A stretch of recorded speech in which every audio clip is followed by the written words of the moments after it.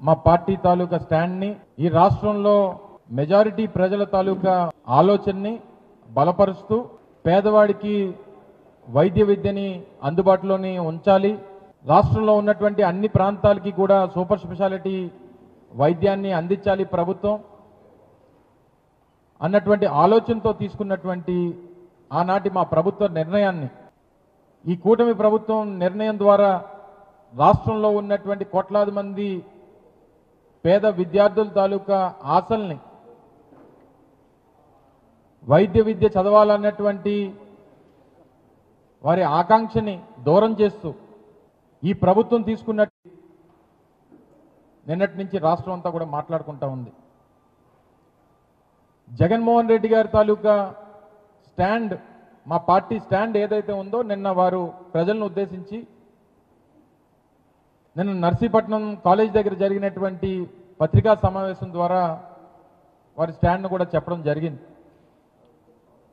ఈ ఆధునిక దేవాలయాల్ని మా ప్రభుత్వం ఉన్నప్పుడు వీటిని పేదవాడికి అందించాలని, వైద్య విద్యని పేదవాడికి మరింత చేరువ చేయాలని, టెరిషరీ కేర్ని ఈ రాష్ట్రంలో ఉన్నటువంటి కోట్లాది మంది ప్రజలకు అందించాలని వారు ఏదైతే ఆ రోజు తపన పడ్డారో ఈరోజు ఇప్పుడున్నటువంటి ప్రభుత్వం ఆశపడినటువంటి ప్రజలు, ముఖ్యంగా పేద విద్యార్థులు మన భవిష్యత్తు ఏంటి అని అనుకునేటువంటి పరిస్థితుల్లోకి ఈ ప్రభుత్వం తీసుకెళ్లిపోయింది. పీపీపీ పద్ధతిలో ప్రైవేట్ వారికి అప్పచెప్పడానికి 10 కాలేజీలు అప్పచెప్పడానికి ఈ ప్రభుత్వం తీసుకున్నటువంటి నిర్ణయాన్ని నిరసిస్తున్నాం. ఈ నిర్ణయాన్ని వెనక్కి తీసుకోవాలి,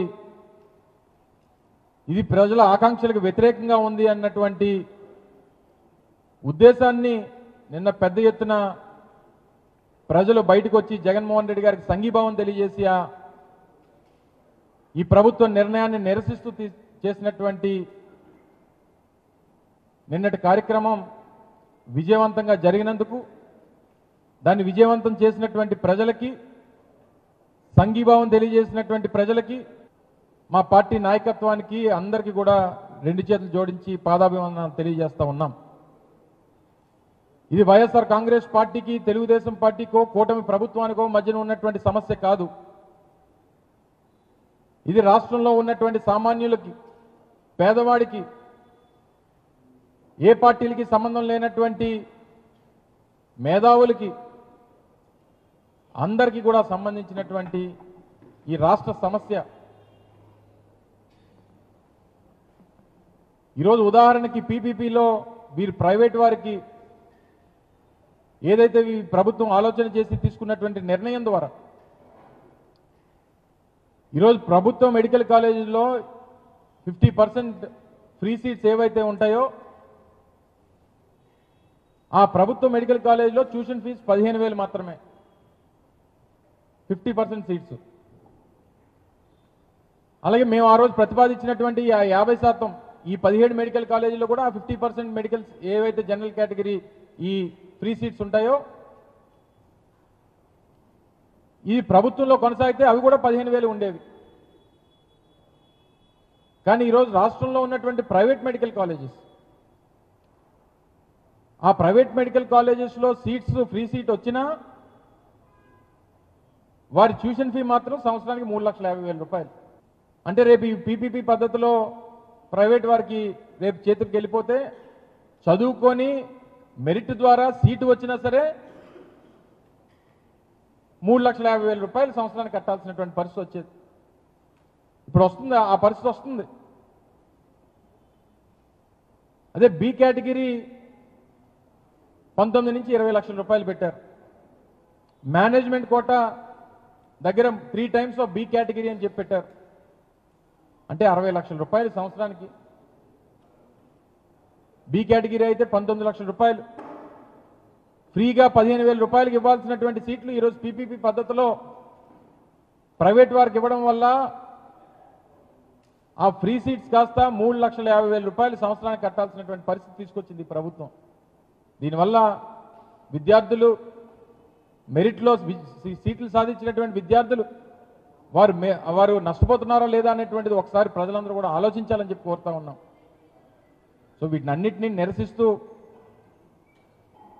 ఒక ఉద్యమంలో తీసుకెళ్తున్నటువంటి ఈ కార్యక్రమానికి ప్రజల నుంచి వచ్చినటువంటి స్పందన ఒక ఉదాహరణ అన్నటువంటి విషయాన్ని కూడా ఈ సందర్భంగా తెలియజేస్తా ఉన్నాం. ఆద్యాంతం విశాఖపట్నం ఎయిర్పోర్ట్ నుంచి నర్సీపట్నంలో నిర్మాణం అవుతున్నటువంటి మెడికల్ కాలేజ్ వరకు దాదాపు 60 కిలోమీటర్ల మేర ఎక్కడికక్కడ ప్రజలు వచ్చి వారికి సంఘీభావాన్ని తెలియజేసి వారికి ఉన్నటువంటి స్థానిక సమస్యల్ని వారి దృష్టి తీసుకొని వచ్చి ఈ సమస్యల్ని మాకున్నటువంటి సమస్యల్ని మీరైతేనే పరిష్కరించగలరు అనేటువంటి ఆవేదన అనేక ప్రాంతాల్లో ప్రజలు ఇచ్చినటువంటి రిప్రజెంటేషన్స్ కానీ వారి సమస్యలు కానీ చెప్పుకున్నప్పుడు వారి మొహల్లా కనబడింది.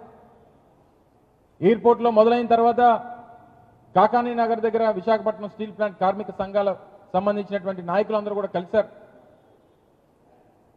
ఆ పోరాట కమిటీ అంతా కూడా కలిసింది.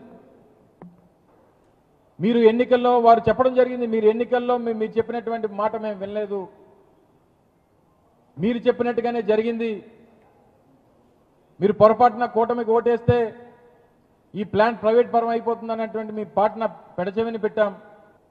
ఈ పోరాటానికి మీ మద్దతు కావాలంటే జగన్మోహన్ రెడ్డి గారు చాలా క్లియర్గా కేటగారికల్గా చెప్పారు. నిన్న పత్రికా సమావేశంలో కూడా చెప్పారు. విశాఖపట్నం స్టీల్ ప్లాంట్ ప్రైవేటీకరణ విషయంలో దానికి వ్యతిరేకంగా మీరు ఏదైతే పోరాటం చేస్తూ ఉన్నారో మా వైఎస్ఆర్ కాంగ్రెస్ పార్టీ మద్దతు మీకు ఎప్పుడూ ఉంటుంది అనేటువంటి విషయాన్ని నిన్న కార్మిక సంఘాల నాయకులతో జగన్మోహన్ రెడ్డి గారు చెప్పడం జరిగింది. ఈ స్టాండ్లో మాది ఎప్పుడూ మార్పు లేదు. అధికారంలో ఉన్నా ప్రతిపక్షంలో ఉన్నా ఏ స్థానంలో ఉన్నా స్టీల్ ప్లాంట్ ప్రైవేటీకరణకు వైఎస్ఆర్ కాంగ్రెస్ పార్టీ వ్యతిరేకం అనేటువంటి విషయాన్ని మరొకసారి మా పార్టీ అధ్యక్షులు నేను చెప్పడం జరిగింది.